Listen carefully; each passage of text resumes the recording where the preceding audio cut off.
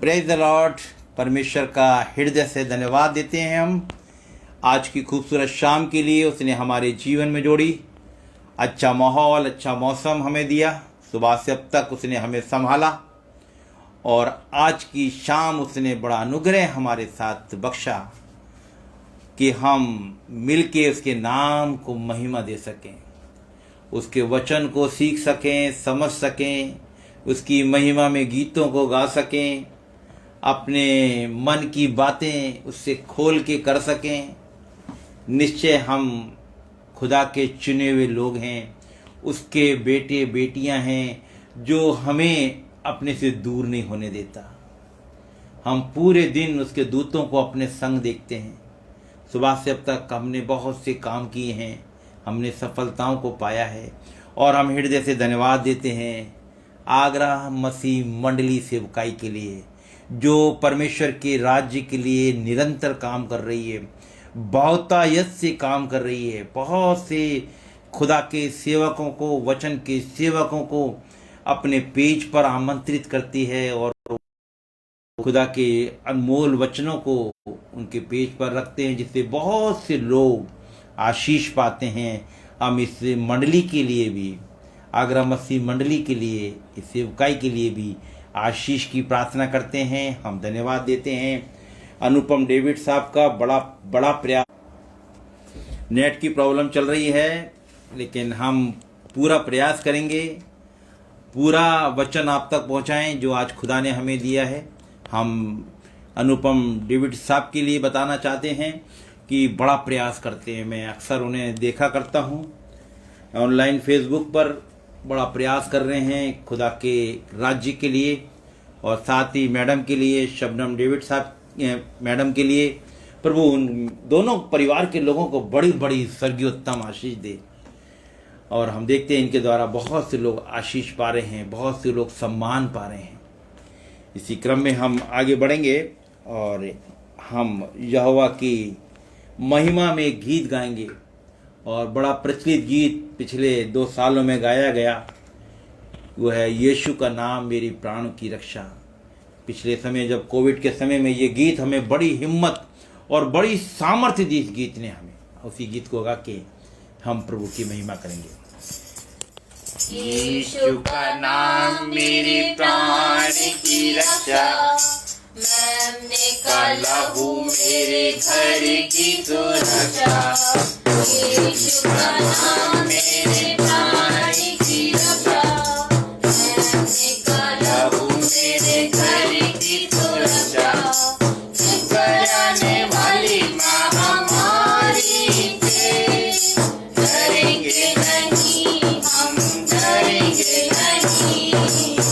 कराने वाली महामारी से डरेंगे नहीं, हम डरेंगे नहीं। यीशु का नाम मेरे प्राण की रक्षा, मैंने काला हूँ मेरे घर की सुरक्षा। लोगों का भय और मृत्यु का डर, यीशु के नाम में हो अब दूर। लोगों का भय और मृत्यु का डर, यीशु के नाम में हो अब दूर। यीशु का नाम मेरे प्राण की रक्षा, मैंने काला हूँ मेरे घर की सुरक्षा। विपत्ति कोई हम पर ना पड़ेगी, तेरे के निकट दुख ना आएगी। विपत्ति कोई हम पर ना पड़ेगी, तेरे के निकट दुख ना आएगी। यीशु का नाम मेरे प्राण की रक्षा, मैंने काला हूँ मेरे घर की सुरक्षा। स्वर्ग की सेना हमें घेरे हुए है, स्वर्गीय पिता हमें थामे हुए है। स्वर्ग की सेना हमें घेरे हुए है, स्वर्गीय पिता हमें थामे हुए है।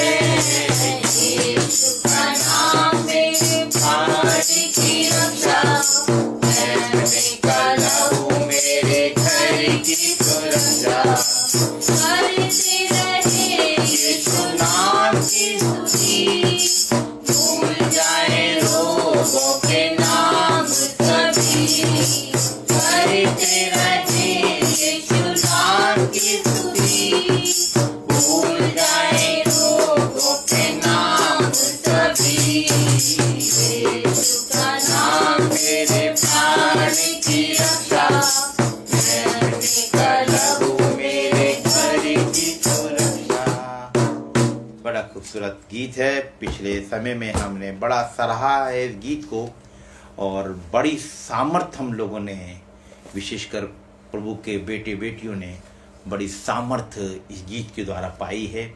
परमेश्वर इस गीत के लिखने वाले को बड़ी आशीष, बड़ी बरकत दे। आइए हम प्रार्थना करेंगे। धन्यवाद धन्यवाद धन्यवाद।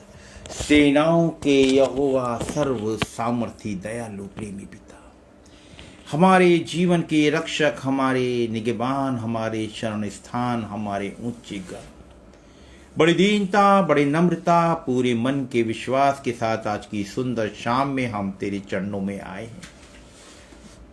तेरे चरणों में आना ये हमारी कोई धार्मिकता नहीं है, कोई हमारी बड़ाई नहीं है, कोई हमारी खूबी नहीं है।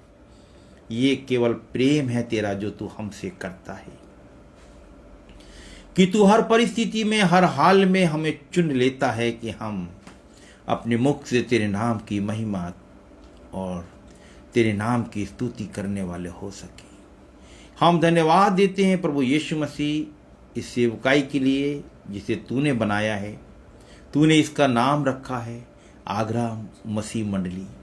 बड़े लंबे समय से प्रभु यीशु मसीह तेरे राज्य के लिए ये मंडली काम कर रही है। प्रभु इसको तू बहुत सी आशीष देना और इनका जो प्रयास है और इनका जो उद्यम है, इनका जो लक्ष्य है प्रभु, तेरे वचन को फैलाना, तेरे वचन के सेवकों को अवसर देना, प्रभु यीशु मसीह फलवंत होने पाए।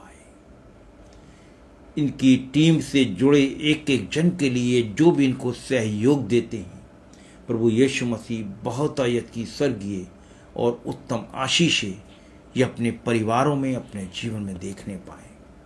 हम प्रार्थना करते हैं सभी दर्शकों के लिए जो ऑनलाइन आज की इस ऑनलाइन आराधना सभा में हमारे साथ जुड़े हुए हैं। प्रभु यीशु मसीह प्रत्येक को तू बहुत सी उत्तम आशीष देना। इनके परिवारों में किसी भली वस्तु की घटी ना होने पाए, कोई दुख तकलीफ, कोई बीमारी, कोई कमजोरी इनके डेरे के निकट ना आने पाए। जैसा कि तेरा वचन बताता है प्रभु यीशु मसीह, न दिन को धूप से न रात को चांदनी से तेरी कुछ हानि होगी। हर तरह की हानि, हर नुकसान से तू प्रत्येक को बचाए रहना। और प्रभु यीशु मसीह हम विनती करते हैं जो लोग इस वीडियो को बाद में देखेंगे उन्हें भी तू बहुत सी आशीष देना। आज के वचन की गंभीरता को वो समझने वाले हो सकें, अपना जीवन तेरी मर्जी के अनुसार व्यतीत करने वाले हो सके। पूरी आराधना सभा को हम तेरे हाथ। नेटवर्क प्रॉब्लम तो कर रहा है लेकिन हम प्रभु की महिमा निरंतर करते रहेंगे। एक कोरस गाएंगे हम आज के वचन की तैयारी के लिए, और वो वचन वो है कोरस है, फिर से वो आग बरसा दे। फिर से वो आग बरसा दे, फिर से तूफान आने दे। तेरी महिमा से, तेरी सामर्थ से, फिर से तू अभिषेक कर दे। फिर से वो आग बरसा दे, फिर से तूफान आने दे। तेरी महिमा से, तेरी सामर्थ से, फिर से तू अभिषेक कर दे। पवित्र आत्मा, पवित्र आत्मा, पवित्र आत्मा, बहने दे उस हवा को, छूने दे हर एक मन को, बहने दे उस हवा को छूने दे, हर एक मन को तेरा दर्शन हमें मिले। करते हैं प्रार्थना तुझसे, तेरी महिमा से, तेरी सामर्थ्य से, फिर से तू अभिषेक कर दे। पवित्र आत्मा, पवित्र आत्मा, पवित्र आत्मा। हालेलुया। आइए हम वचन पढ़ेंगे और पाया जाता है प्रेरितों के काम पहला अध्याय और 21 से 26 वचन तक। प्रेरितों के काम उसका पहला अध्याय और उसको हम पढ़ेंगे। यहाँ इस प्रकार लिखा है, इसलिए जितने दिन तक प्रभु यीशु हमारे साथ आता जाता रहा, अर्थात यूहन्ना के बपतिस्मा से लेकर उसके हमारे पास से उठाए जाने तक जो लोग बराबर हमारे साथ रहे, उचित है कि उनमें से एक व्यक्ति हमारे साथ उसके जी उठने का गवाह हो जाए। तब उन्होंने दो को खड़ा किया, एक यूसुफ को जो बरसबा कहलाता है, जिसका उपनाम युस्तुस है, दूसरा मतिया को, और ये प्रार्थना की, हे प्रभु, तू जो सबके मन जानता है, यह प्रकट कर कि इन दोनों में से तूने किसको चुना है कि वह सेवकाई और प्रेरिताई का पद ले, जिसे यहूदा छोड़कर अपने स्थान को चला गया। तब उन्होंने उनके बारे में चिट्ठियां डाली और चिट्ठी मतिया के नाम पर निकली, अतः वह उन 11 प्रेरितों के साथ गिना गया। परमेश्वर के वचन के पढ़े और सुने जाने पर आशीष। आमीन आमीन। आइए हम वचन में चलेंगे। इससे पहले हम पवित्र आत्मा की सामर्थ्य मांगेंगे। एक छोटी सी प्रार्थना हम करेंगे। दयालु प्रेमी पिता, हमारे रक्षक, हमारे निगहबान प्रभु यीशु मसीह, बड़े विश्वास के साथ आज की सुंदर शाम में हम तेरे चरणों में आए हैं। तेरे वचन में से कुछ सीखना और समझना चाहते हैं, और हम जानते हैं हम निर्बुद्धि हैं, हम अज्ञानी हैं। प्रभु यीशु मसीह, तू पवित्र आत्मा की सामर्थ हमारे बीच में भेज कि वचन की गंभीरता को, गहराई को हम सीखने और समझने वाले हो सकें। बड़ी आज़ादी के साथ, बड़े अधिकार के साथ हम तेरे नाम को ले सकें। किसी तरह की कोई, और सभी दर्शकों के ध्यान आज के वचन के ऊपर लगे रहे कि तू आज की शाम इस वचन के माध्यम से हमसे क्या बातचीत करना चाहता है। हम आज की आराधना सभा को पूरी रीति से हम तेरे हाथों में दे देते हैं। नेटवर्क की प्रॉब्लम बराबर बनी हुई है आज सुबह से, लेकिन हम भी बराबर प्रयत्न करेंगे कि हम पूरा वचन आप तक पहुंचाएं और प्रार्थना करेंगे। मन की युक्ति मनुष्य के वश में रहती है, परंतु मुंह से। और एक और वचन जो लिखा है, जो नीति वचन 16वें अध्याय के 33वां वचन, जहां इस प्रकार है, चिट्ठी डाली तो जाती है, परंतु निकाला जाना यहोवा की ओर से होता है। और आज का हमारा वचन यही है कि चिट्ठी डाली तो जाती है और निकाला जाना यहोवा की ओर से होता है।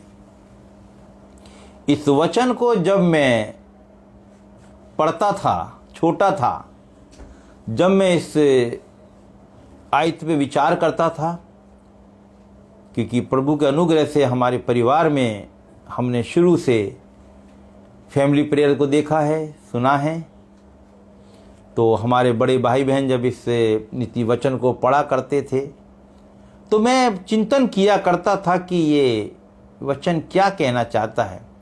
क्योंकि हम लोग चिट्ठी से बड़ी अच्छी तरीके से परिचित हैं और परिचित थे, क्योंकि आजकल ये चिट्ठी का चलन कम हो गया है।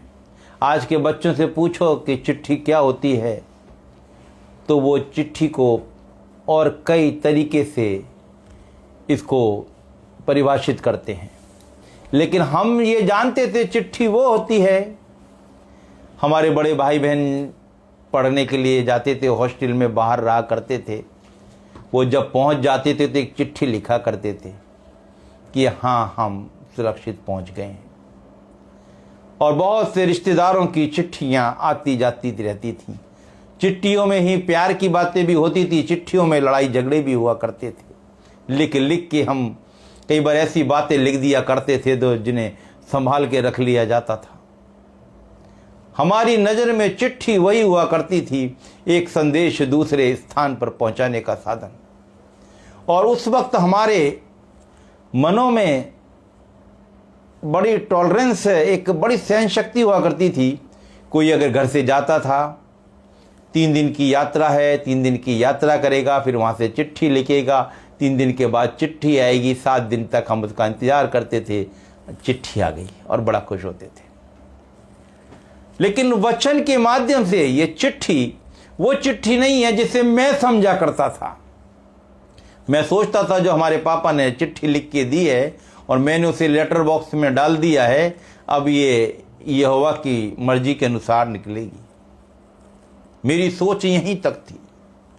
जैसे जैसे हम प्रभु में आगे बढ़ते हैं तो ये चिट्ठी वचन के माध्यम से, चिट्ठी वो चिट्ठी है, परमेश्वर की इच्छा जानने का तरीका है। परमेश्वर की इच्छा जानने का एक बड़ा अच्छा तरीका हम बाइबल के अंदर देखते हैं कि चिट्ठी डाली जाती है यहोवा की इच्छा को जानने के लिए। और यहोवा की इच्छा को जानने के लिए हम जैसे जैसे पवित्र शास्त्र को पढ़ते हैं, कई जगह तो हम देखते हैं कि चिन्ह रख दिए जाते हैं। जिनको यहोवा दूतों के द्वारा बातें करता है, फिर उसको संदेह होता है तो वो चिन्ह मांगता है कि यहोवा मुझे कुछ चिन्ह दिखा, तब मैं जानने पाऊंगा कि हाँ ये वास्तव में तूने मुझसे बात कही है। हम गिदोन के बारे में जानते हैं। जब गिदोन को के पास यहोवा का दूत आया और उससे कहा कि तू मिद्यानियों से इज़राइलियों को छुड़ाएगा, उसने पहले तो अपनी मजबूरी रखी कि मैं तो कुल में सबसे छोटा हूँ, मेरा कुल कंगाल है। उसके बाद यहोवा ने उससे कहा मैं तेरे संग रहूँगा। फिर भी उसे तो संदेह हुआ। उसने कहा मुझे कुछ चिन्ह दे कि मैं जान सकूं। परमेश्वर की बातों को जानने का एक तरीका, जैसा कि हम चिट्ठी पे विशेष जिक्र कर रहे हैं, लेकिन चिन्ह भी हुआ करते थे।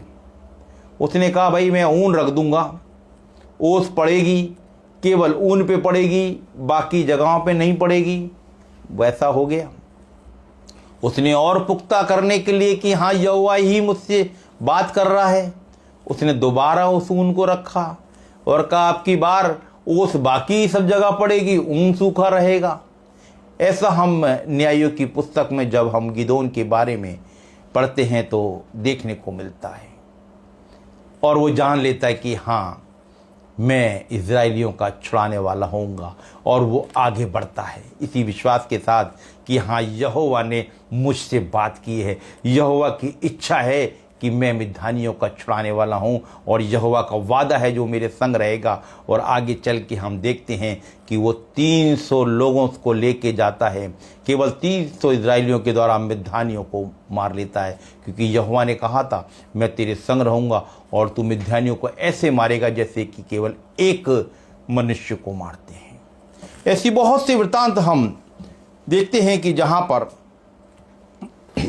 चिन्ह हिजकिय्याह राजा के समय में भी हम देखते हैं, जो कि दूसरा राजा और उसके 20वें अध्याय में मिलता है।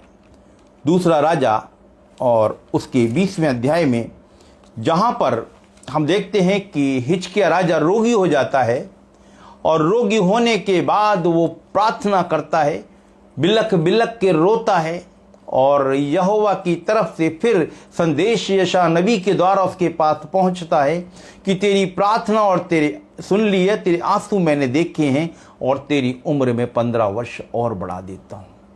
इधर हिजकिय्याह राजा के बारे में जब हम देखते हैं, कुछ इस तरीके से वचनों के अंदर लिखा है।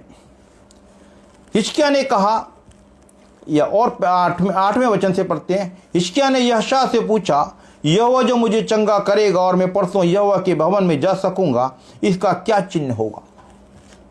यहोशा ने कहा, यहोवा जो अपने कहे हुए वचन को पूरा करेगा, इस बात का यहोवा की ओर से तेरे लिए यह चिन्ह होगा कि धूप घड़ी की छाया 10 अंश आगे बढ़ जाएगी या 10 अंश घट जाएगी। हिजकिय्याह ने कहा, छाया का 10 अंश आगे बढ़ना तो हल्की बात है, इसलिए ऐसा हो कि छाया 10 अंग पीछे लौट जाए।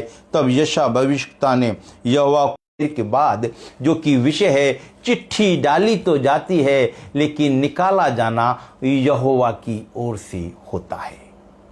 इसके अलावा हम देखते हैं कि उरीम और तुमीम के भी द्वारा ये एक बड़ा कठिन विषय है। हम इस पे कभी बाद में चिंतन करेंगे, आज का विषय हमारा सीमित है, लेकिन ये भी एक तरीका था यहोवा की इच्छा को जानने का।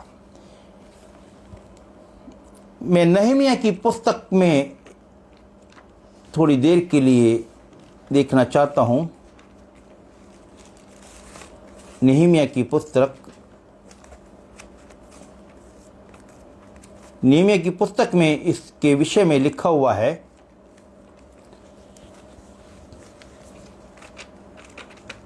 मैं नहमिया की पुस्तक में पहुंचने जा रहा हूं। एक जरा नहमिया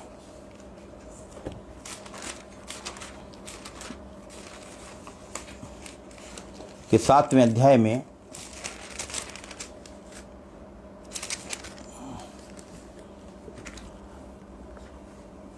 और अधिपति ने उससे कहा कि जब तक उरीम और तुमीम धारण करने वाला कोई याजक ना उठे, तब तक तुम कोई पवित्र परम पवित्र वस्तु खाने ना पाओगे। ये जब तक उरीम और तुमीम एक तरीका था यहोवा की इच्छा को जानने का, जब तक वो नहीं, उसको वहाँ से उन्हें निर्देश नहीं मिल जाते थे, उन कामों को नहीं किया करते थे। इसके अलावा हम देखते हैं कि वो नबियों के पास जाते थे, भविष्यवक्ताओं के पास जाया करते थे पूछने के लिए क्या हम युद्ध करें या ना करें, यहोवा की क्या इच्छा है। नबियों के पास जाया करते थे हर बात के विषय को जानने के लिए कि यहोवा की क्या इच्छा है, वो नबियों के पास भी जाया करते थे। एक जगह हम देखते हैं, पहला राजा और उसका 22वां अध्याय और उसके कुछ वचन पढ़ के हम आपके सामने ये स्पष्ट करेंगे कि लोग परमेश्वर की इच्छा जानने के लिए नबियों के पास जाया करते थे। पहला राजा 22वां अध्याय और उसके फिर यहोशापात ने इज़राइल के राजा से कहा, आज यहोवा की इच्छा मालूम कर लें। तब इज़राइल ने राजा के नबियों को, जो कोई 400 पुरुष थे, इकट्ठा करके इनसे पूछा, क्या मैं गिलाद के रामोत पर युद्ध करने के लिए चढ़ाई करूं या रुका रहूं? उन्होंने उत्तर दिया, चढ़ाई कर, क्योंकि प्रभु उसको राजा के हाथ में कर देगा। ये नबियों के द्वारा पूछा जाता था कि क्या हम इस काम को करें। यहोवा की इच्छा जानने के लिए नबियों के पास भी जाया करते थे, चिन्ह मांगा करते थे, उरीम और तुमीम का सहारा लिया करते थे। उसके अलावा भविष्यवक्ताओं से जाके पूछा करते थे यहोवा की क्या इच्छा है। जब शाऊल अपने पिता की गदहियों को ढूंढने गया था, उसका सेवक उसके साथ था, तब भी उन्होंने कहा कि आओ हमने सुना है कि नबी आया हुआ है, हम उस नबी के पास चलते हैं, वही हमें बताएगा कि हमें गदहियां मिलेंगी या नहीं मिलेंगी। ये जिक्र भी हमें पहला शमूएल के 9वें अध्याय में देखने को मिलता है, और जहाँ पे शाऊल का चुनाव हो जाता है, उसका अभिषेक हो जाता है। वो तो अपने पिता की गदहियाँ अपने पिता कीश की गदहियाँ ढूंढने गया था, लेकिन वहाँ उसके सेवक ने उससे कहा कि चलो हम यहोवा के नबी से चल के पूछें कि हमारी गदहियाँ मिलेंगी या नहीं मिलेंगी, यानी यहोवा की इच्छा हमारे जीवन में क्या है। लेकिन आज जो हम बात कर रहे हैं वो है चिट्ठी डाली तो जाती है, लेकिन निकाला जाना यहोवा की ओर से होता है। लूका रचित सुसमाचार के पहले अध्याय हम देखते हैं, वहाँ एक जकरिया जो कि यूहन्ना का पिता था उसका जिक्र है। जकरिया और उसकी पत्नी इलिशिबा दोनों बुजुर्ग थे। हम जिक्र करना चाहते हैं कि चिट्ठी डाली तो जाती है और निकाला जाना यहोवा की ओर से होता है। हम आपसे जकरिया नबी के बारे में बात कर रहे थे। उस समय में बहुत से याजक हो गए थे। उन्होंने याजकों के अलग अलग समूह बना दिए थे और उन समूह के अंदर में भी 8-8 याजक हुआ करते थे। लेकिन यह निश्चय करने के लिए कि आज यहोवा किसके द्वारा धूप जलवाना चाहता है, लूका के पहले अध्याय में जब हम देखते हैं कुछ वचनों को अगर हम पढ़ेंगे, पहले अध्याय के 8वां लूका का पहला अध्याय और उसके 8वें 9वें वचन के अंदर हम देखते हैं किस तरीके से वो इस बात को जानने की कोशिश करते हैं।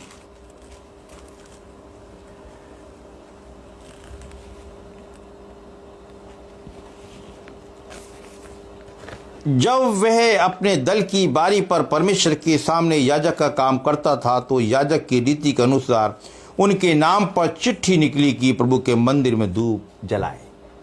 और चिट्ठी डाली गई कि आज धूप जलाने के लिए परमेश्वर के मंदिर में कौन सा याजक जाएगा।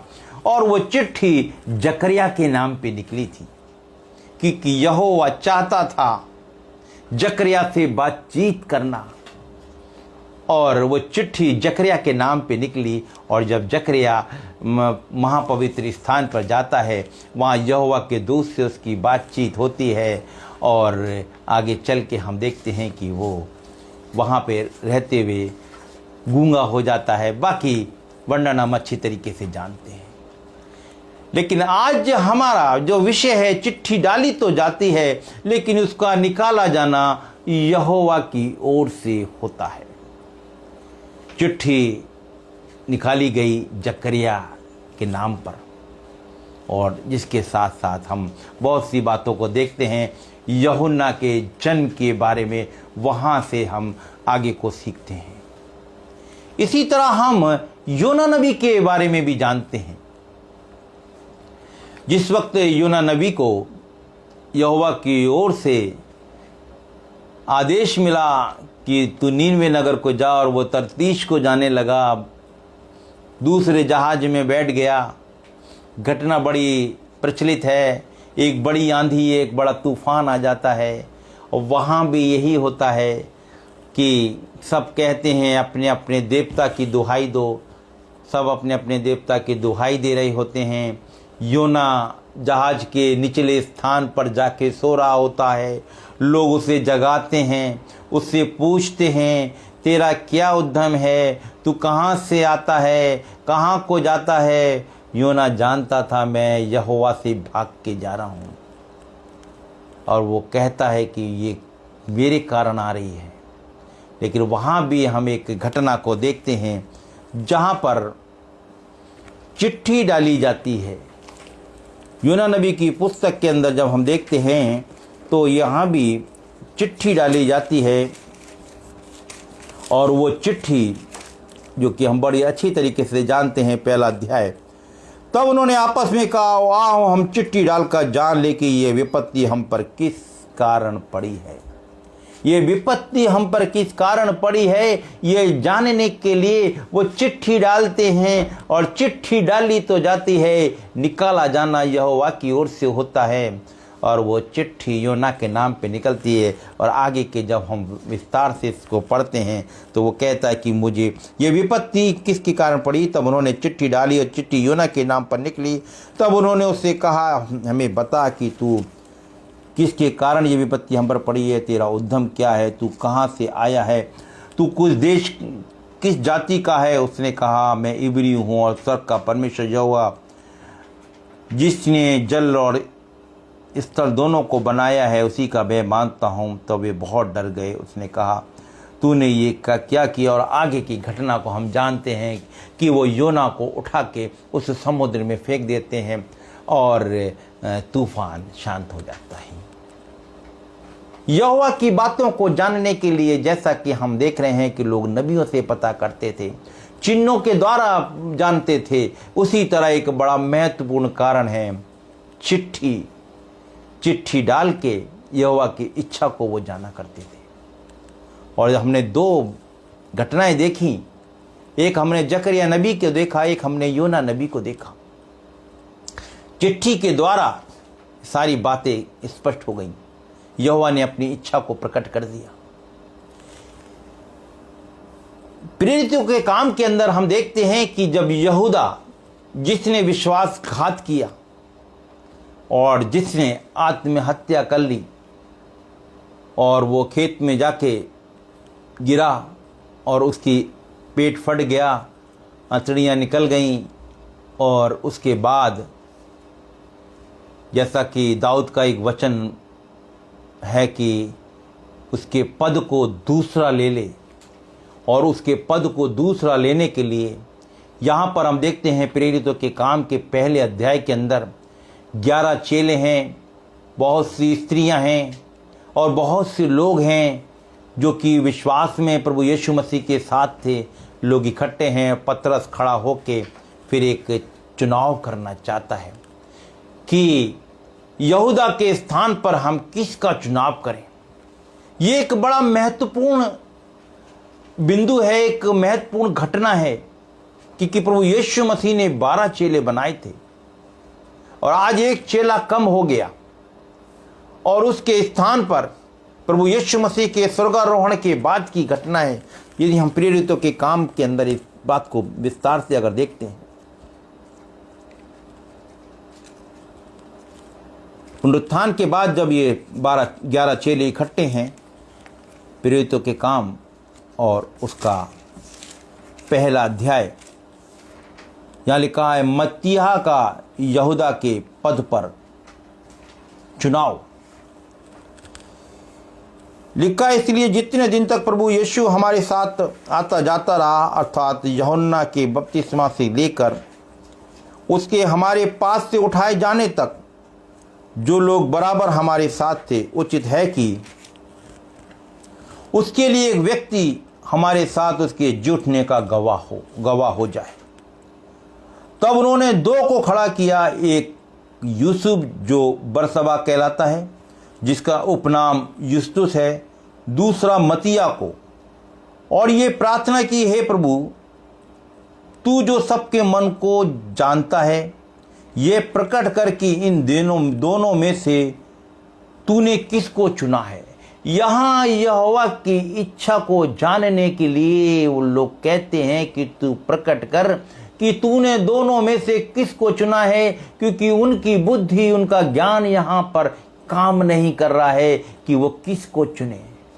और ये निहायत जरूरी है कि वो चेले का चुना जाना। और आगे की हम देखते हैं किसको चुना है कि हम इस सेवकाई और प्रेरिताई का पद ले, जिसे यहूदा छोड़ के अपने स्थान को चला गया। तब उन्होंने उनके बारे में चिट्ठियां डाली और चिट्ठी मतिया के नाम पर निकली, अतः वे उन 11 प्रेरितों के साथ गिना गया। ये मतिया का चुनाव भी हम देखते हैं कि उन चेलों ने मिलके जो किया, एक चिट्ठी के माध्यम से किया। और चिट्ठी, जैसा कि नीति वचन में लिखा है, चिट्ठी डाली तो जाती है लेकिन उसका निकाला जाना यहोवा की ओर से होता है, क्योंकि ये वो लोग थे जो यहोवा की उपस्थिति में रहते थे, जो लोग निरंतर प्रार्थना करते थे। हमने जकरिया को देखा जो बुजुर्ग आलम में था लेकिन परमेश्वर से लिपटा हुआ था, क्योंकि लिखा है इसके अंत में कि तेरी प्रार्थना सुन ली गई है, इसलिए कि वो निरंतर प्रार्थना किया करता था। जो यूहन्ना का जन्म हुआ, जो इलिशिबा जो की बांझ थी वो गर्भवती हुई, उसके साथ साथ प्रभु दूत ने कहा कि तेरी प्रार्थना सुन ली गई है। ये वो लोग हैं जो यहोवा के नज़दीकी में रहते हैं। योना नबी जिसे यहोवा इस्तेमाल करना चाहता था, नीनवे नगर को बचाना चाहता था, उसके लिए उसने जैसे मूसा को चुना था इज़राइलियों को छुड़ाने के लिए, उसी तरह उसने योना को चुना था कि नीनवे नगर में जाके प्रचार करे। कोई चिन्ह रख सकते हैं, हम चिट्ठी डाल सकते हैं, खुदा के सेवकों से जान सकते हैं। बड़े सावधान रहने की ज़रूरत है कि हमें किससे क्या जानना है, किस वक्त हमें क्या करना है। बड़ा खूबसूरत वचन है, नीति वचन, जहाँ लिखा है मन की युक्ति मनुष्य के वश में रहती है, परंतु मुंह से कहना यहोवा की ओर से होता है। यदि हम यहोवा के भय में पाए जाते हैं, उसकी भक्ति में पाए जाते हैं, मेरा और आपका संबंध यहोवा से बड़ा मजबूत है, तो मन में युक्ति हम कितनी भी करेंगे लेकिन हम मुख से वही निकलेगा जो यहोवा हमारे मुख से चाहता है या हमारे जीवन से चाहता है। बड़ा ज़रूरी है कि हम प्रतिदिन जब सुबह उठते हैं और प्रार्थना करते हैं, अपने आप को यहोवा के हाथ में दे दें। यहोवा परमेश्वर तेरा धन्यवाद हो कि आज का दिन तूने मेरे जीवन में जोड़ा, और आज दिन भर के लिए मैं अपने आप को, अपने परिवार को, अपने लोगों को तेरे हाथों में दे देता हूँ कि हमको चलाने वाला तू ही हो। तू अपनी इच्छा हमारे ऊपर प्रकट कर। मैं बहुत सी युक्तियां करता हूं लेकिन मेरे मुख से वही बात निकले जो तुझे पसंद है। मैं बहुत से कामों को करता हूं लेकिन मैं वही काम करने में सफल होने पाऊं जो तू मेरे जीवन से चाहता है। ये सुलेमान राजा एक बुद्धिमान राजा है।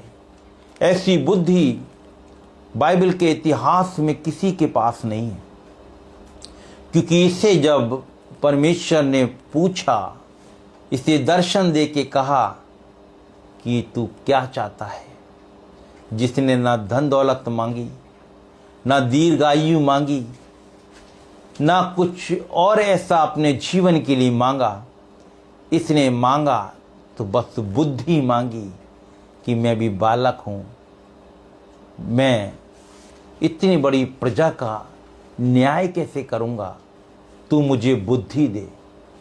और यहोवा ने इसे बुद्धि दी, और बुद्धि के साथ बहुत सी धन दौलत और बहुत सी शोहरत दी, जिसको कि हम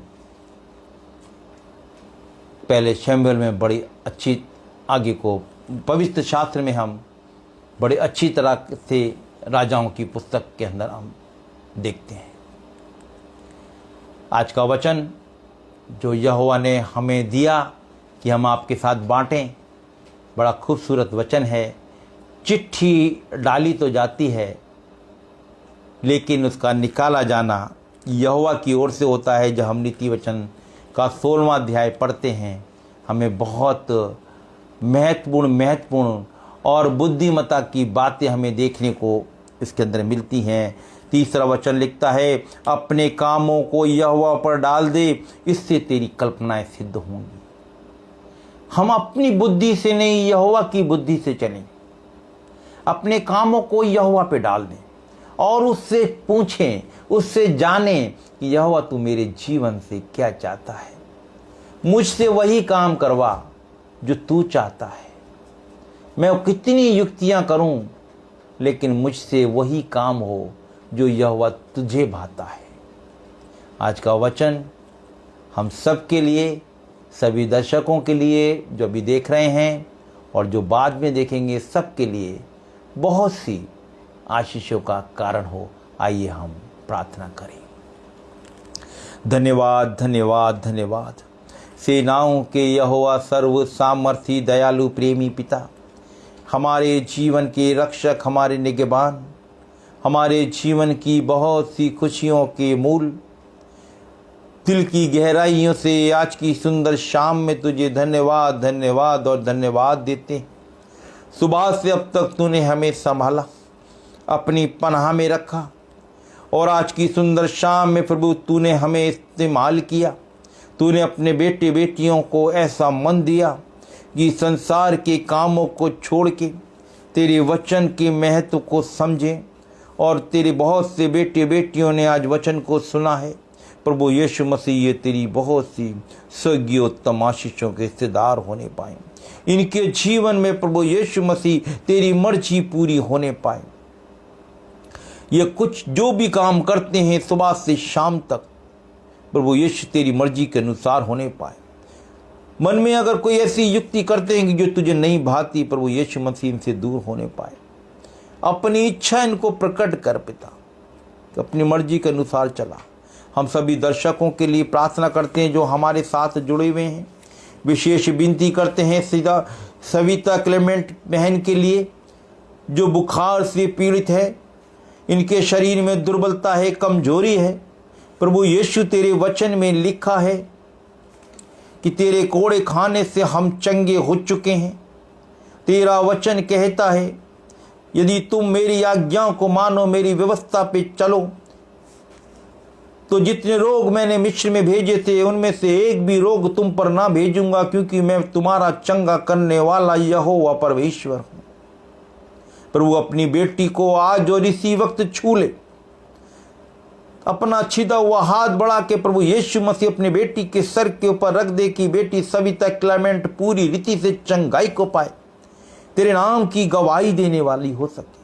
और भी यदि कोई प्रभु यीशु मसीह जो हमारे साथ जुड़े हैं, दुर्बलता कमजोरी की हालत में है, यदि उनका अजीज कोई बीमारी तकलीफ की हालत में है, हॉस्पिटल में एडमिट है या घर में है, प्रभु यीशु मसीह तेरा सामर्थी वचन कहता है, यहोवा के भय मानने वालों के लिए धर्म का सूर्य उदय होगा, उसकी किरणों के द्वारा तुम चंगे हो जाओगे और पले हुए बछड़े के मानिंद कूदोगे और फांदोगे। प्रभु यीशु मसीह पूरी चंगाई की घोषणा करते हैं। जितने लोग आज अपने मन में कोई प्रार्थना विनती निवेदन लेके बैठे हैं, हमारे साथ प्रार्थना में शामिल हैं, तू मनों को जांचने और परखने वाला प्रभु है। उनकी प्रार्थना विनती निवेदन तुझ तक पहुंचे और वो आशीष को पाएं। एक बार फिर हम आगरा मसीह मंडली की आशीष के लिए प्रार्थना करते हैं। हम भाई अनुपम डेविड साहब के लिए और बहन शबनम डेविड के लिए प्रभु यीशु मसीह प्रार्थना करते हैं, इनका प्रयास व्यर्थ ना जाए। बहुत से लोग तेरे देश के लिए, अपने प्रदेश के लिए प्रार्थना ले रहना, मीठी नींद देना, सुबह को हम तेरा सामर्थी नाम लेके उठे। ऐसे मौके हमारे जीवन में बार बार दे प्रभु यीशु मसीह की हम तुझ में धन्यवादी पाए जाएं। हमारा विश्वास है प्रभु तू हमारे बीच में है, हमारी प्रार्थना को सुन लिया है। प्रार्थना सुनने के लिए धन्यवाद देते हैं। हम अपने उद्धारकर्ता यीशु नासरी के नाम से मांगते हैं, आमीन आमीन आमीन। अंत में सबको जय मसीह की। प्रभु बड़ी आशीष आप सबको बड़ी बरकत दे।